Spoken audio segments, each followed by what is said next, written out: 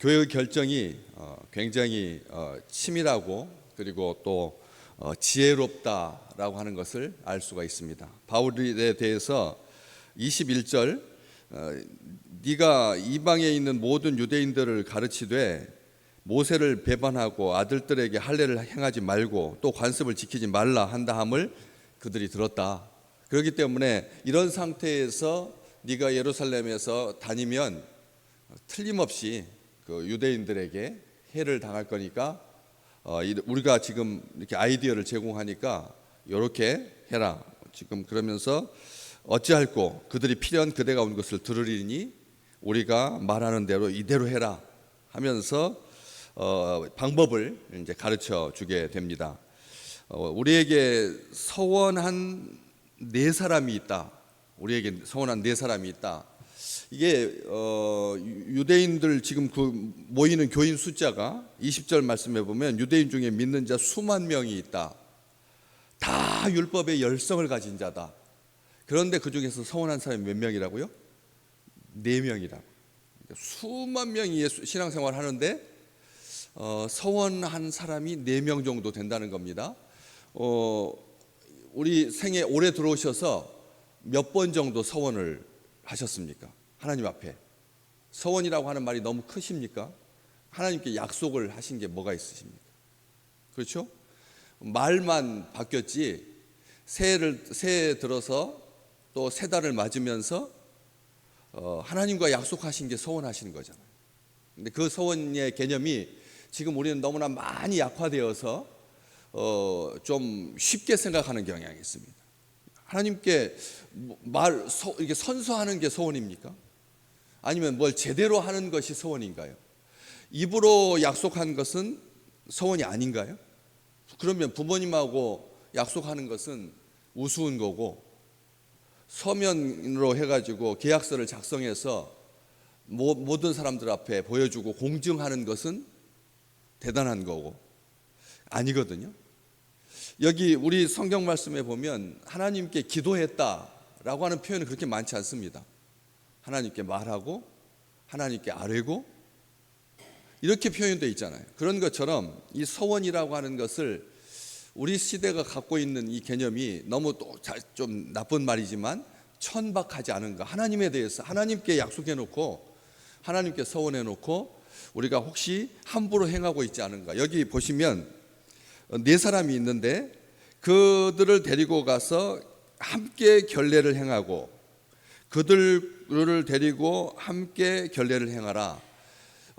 바울 너는 빠지고 4사람이 서원했으니까 이 사람들이 정결 예식, 결례, 이 서원과 관련된 예식입니다. 결례를 행하고 그들을 위해서 돈을 내서 머리를 깎게 해라. 이게 우리 생각에 서원 중에 머리를 이제 결례를 행하고 머리 깎고 그 다음에 뒤로 쭉 보시면 26절 말씀에 결례 기간이 만기된 것을 신고했다. 바울이 제사장에 가가지고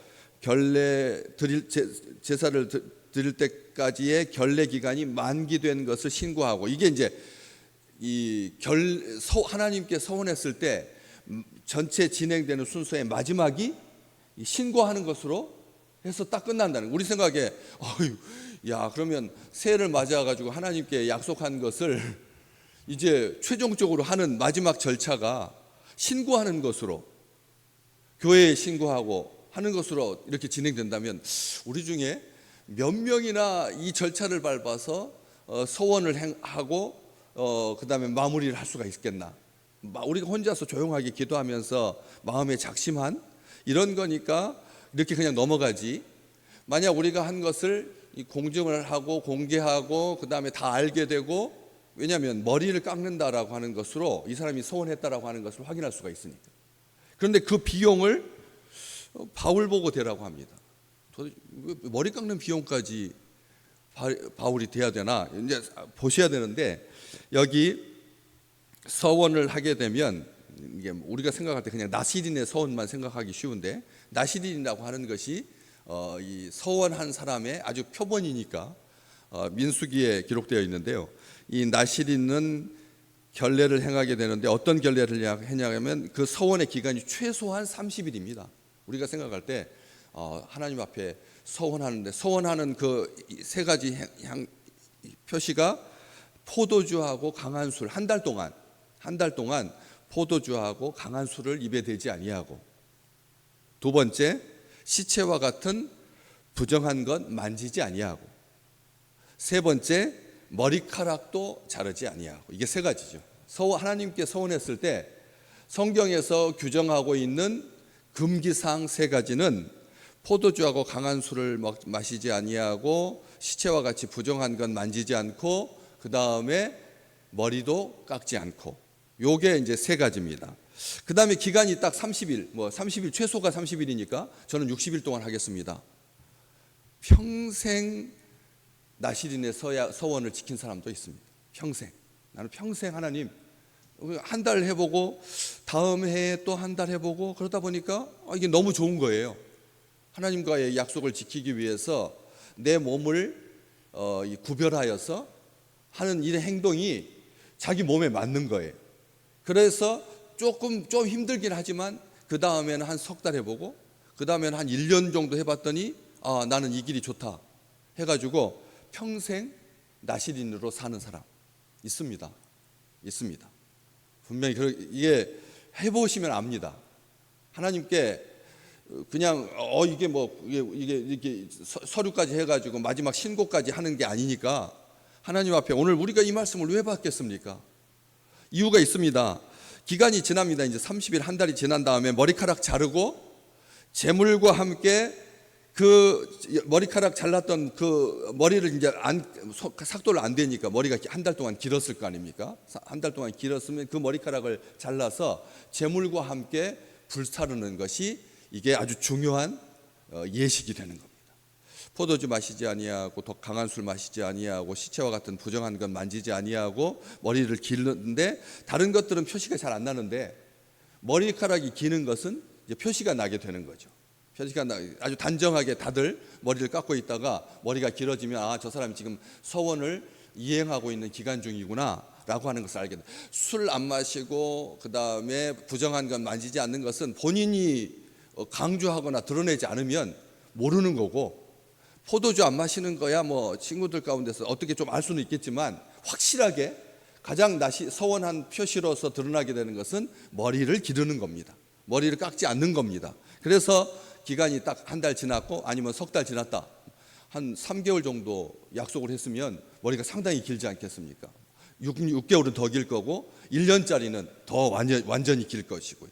그런 것을 머리카락을 잘라서 제단 뿌리에 올려서 사르는데, 그때 그 머리카락 자르는 비용이 아닙니다.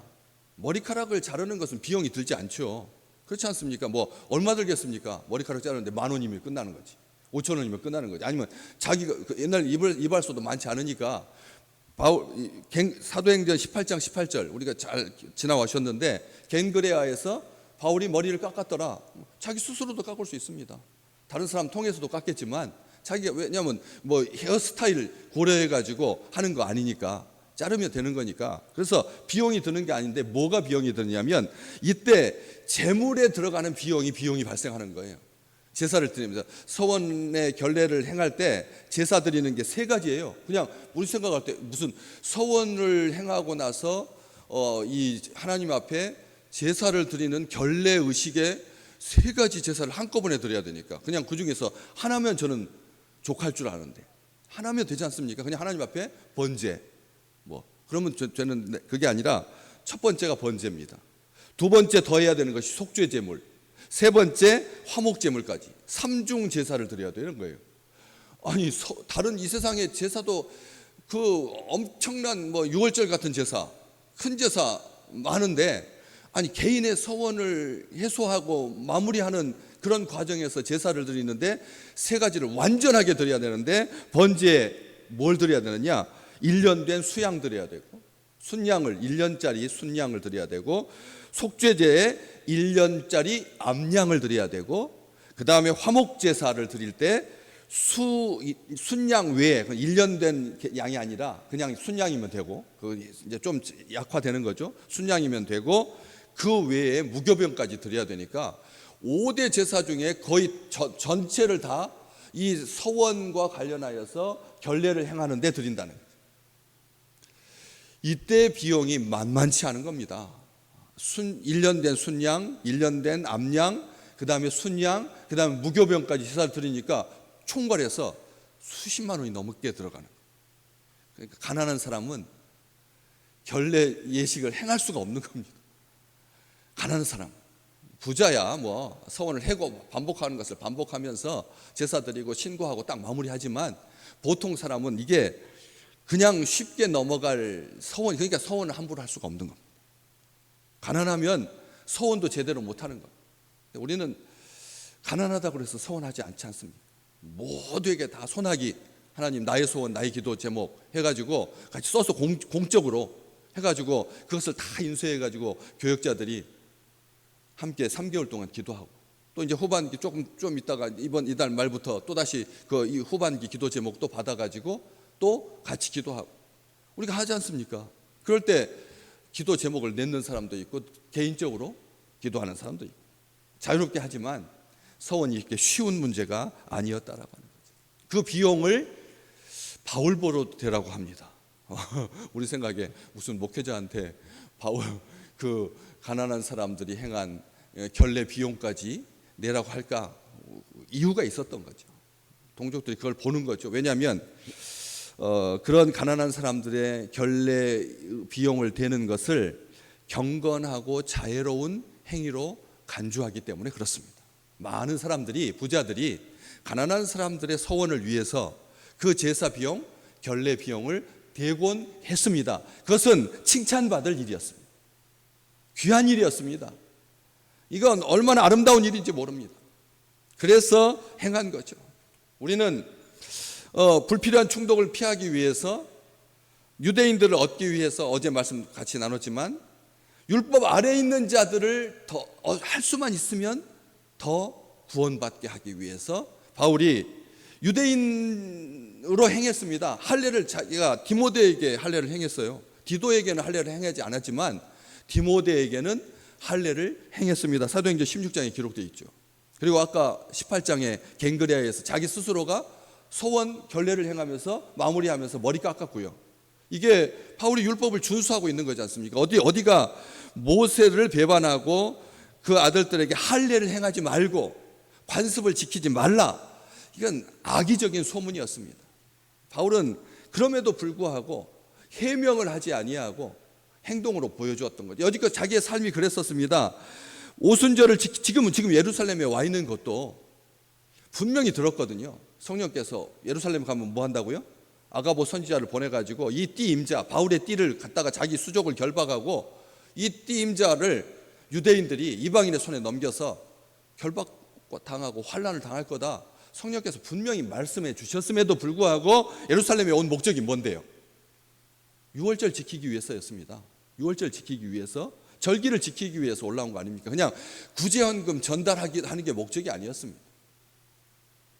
이렇게 율법을 잘 지켰는데 이런 애매한 고난 핍박을 당했을 때 바울이 이 율법 아래에 있는 자들을 얻기 위해서, 유대인들을 얻기 위해서 될 수만 있으면 그 예식을 지금 행하고 있습니다. 조언을 잘 받아들여서. 그런데 나중에 갈라디아 교회에 쓴 편지에 보면 이 할례 의식이 그냥 무조건 율법을 지키는 것이 과연 타당한 일인가 생각하게 하는 구절이 두세 군데 나오는데, 갈라디아서 6장 15절 말씀에 할례와 무할례가 그렇게 중요한 건 아니다 이렇게 씁니다. 그러면서 뭐가 중요하냐?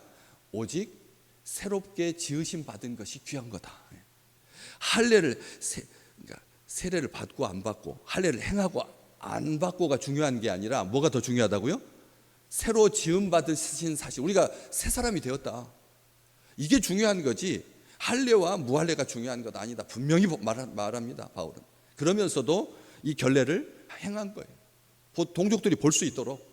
자기 생각은 분명한데 성경에 썼는데 중요한 것은 새로 지으심 받은 것만이 중요하다라고 하는 것을 갈라디아서 6장 15절, 또 갈라디아서 5장 6절에 보면 예수 그리스도 안에서 할례와 무할례는 효력이 없다라고 말합니다. 심지어 할례나 무할례가 효력이 없다라고 말하면서 중요한 것은 이거다. 사랑으로 역사하는 믿음이 중요하다. 아멘. 아멘. 우리가 오늘 이 말씀 받으시고 살면서, 그렇죠, 겉으로 보기에는 하나님 앞에 분명하게 율법에, 바울이 율법을 완성하는 자로 산 겁니다.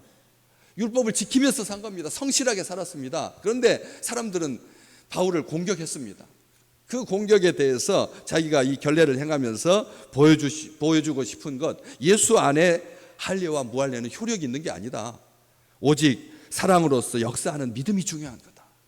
하나만 더 볼까요? 골로새서 2장에 보면 먹고 마시는 것, 절기 지키는 것, 초하루, 그리고 안식일, 그거 다 율법과 관련된 거잖아요. 그런데 그것 때문에 다른 사람들한테 비판받지 않도록 해라는 거예요. 바울은 안식일에 회당에 들어가서 하나님께 예배했습니다. 안식일에 했다니까요. 안식 후 첫날 우리 주님께서 부활하셨으니까 안식 후 첫날 예배 드려야죠. 그렇지 않습니까? 주일날 예배 드려야 되는데 토요일날 지금 예배 드리는 겁니다. 우리 생각할 때 토요일날 안식교들 주일날 예배 안 드리고 진짜로 유대인들이 지키는 안식일날 예배를 드리니까 우리 생각이 어떠십니까? 예수님의 부활을 별로 중요하게 생각하지 않나 보다 해서 이렇게 너희들은 안식교, 우리들은 개혁교회, 주일날 예배 드리는 자, 이렇게 편가를 수 있잖아요. 그런데 바울은 그렇게 하지 않았다. 비판받지 않도록 해라는 거예요. 초하루 지키는 것, 월정 기도 드리는 걸로, 또 새벽 기도 우리가 하지 않습니까? 얼마나 아름다운 일입니까? 그런데 이걸 가지고 다른 사람들한테 또 비판받지 않도록 해라. 이걸 안 지킴으로 또 지키는 걸 가지고 말로 이렇게 되지 않도록 하라. 분명하게 말씀해 주고 계십니다. 갈라디아서 5장 1절 말씀, 그리스도께서 우리를 자유케 하시려고, 우리를 자유케 해주시려고, 자유롭게 살아야 되지만, 그래서 다시는 굳건하게 서서 종의 멍에를 매지 마라. 분명히 말씀해 주셨어요. 이렇게 갈라디아서를 통해서, 골로새서를 통해서 바울은 그 율법과 할례와 무할례에 대해서 분명한 생각을 가지고 있었음에도 불구하고 이 사소한 문제 때문에 신앙의 동지들에게, 예루살렘 교회의 지도자들에게 피해가 가지 않도록 바울도 그렇게 서로 배려해 준 겁니다. 교회 지도자들도 바울을 아꼈고 바울도 교회가 피해를 입지 아니하도록 그렇게 자기 신변의 보호를 위해서 애쓰는 그 마음을 알고, 자기하고는 안 맞지만 그럼에도 불구하고 이렇게 이해하고 상호 존중하고, 진리가 아니면 고집하지 말라는 겁니다. 주님의 말씀 아니면 우리가 고집하기 쉽거든요. 그런데 그렇지 말라는 거죠. 결례를 행하느라, 나중에 보시면 27절 말씀에 일주일이 지나버립니다. 그 예식을 다 마치고 신고할 때까지 시간이 일주일이 연장됩니다. 우리 생각할 때는 이거 부지런히 해가지고 예루살렘에서 헌금 전달하고 그다음에 얼른 떠나서 로마도 보아야 하리라. 마지막 그 길로 행하는 것이 우리 생각할 때는 하나님의 뜻이고 좋은 것 같지 않겠습니까? 그런데 일주일이라고 하는 시간이 행하느라 머물게 돼. 이럼에도 불구하고 하나님께서 오히려 이를 계기로 유대인들의 그 율법주의를 드러내시고, 어둠을 드러내시고 온전한 복음이 드러나게 되는 것을 우리가 나중에 이렇게 쭉 읽어가시면서 22장, 26장까지 쭉 보게 된다라고 하는 거죠. 오늘 또 우리 주님께서 하시는 일입니다. 주님께서 드러내 주실 것입니다. 다 드러나게 합니다. 죄도 드러나게 하고 의도 드러나게 하고 또 온전한 복음이 드러나서 하나님을 영화롭게 하는 참 아름다운 귀한 날 되시기를 주의 이름으로 축복합니다.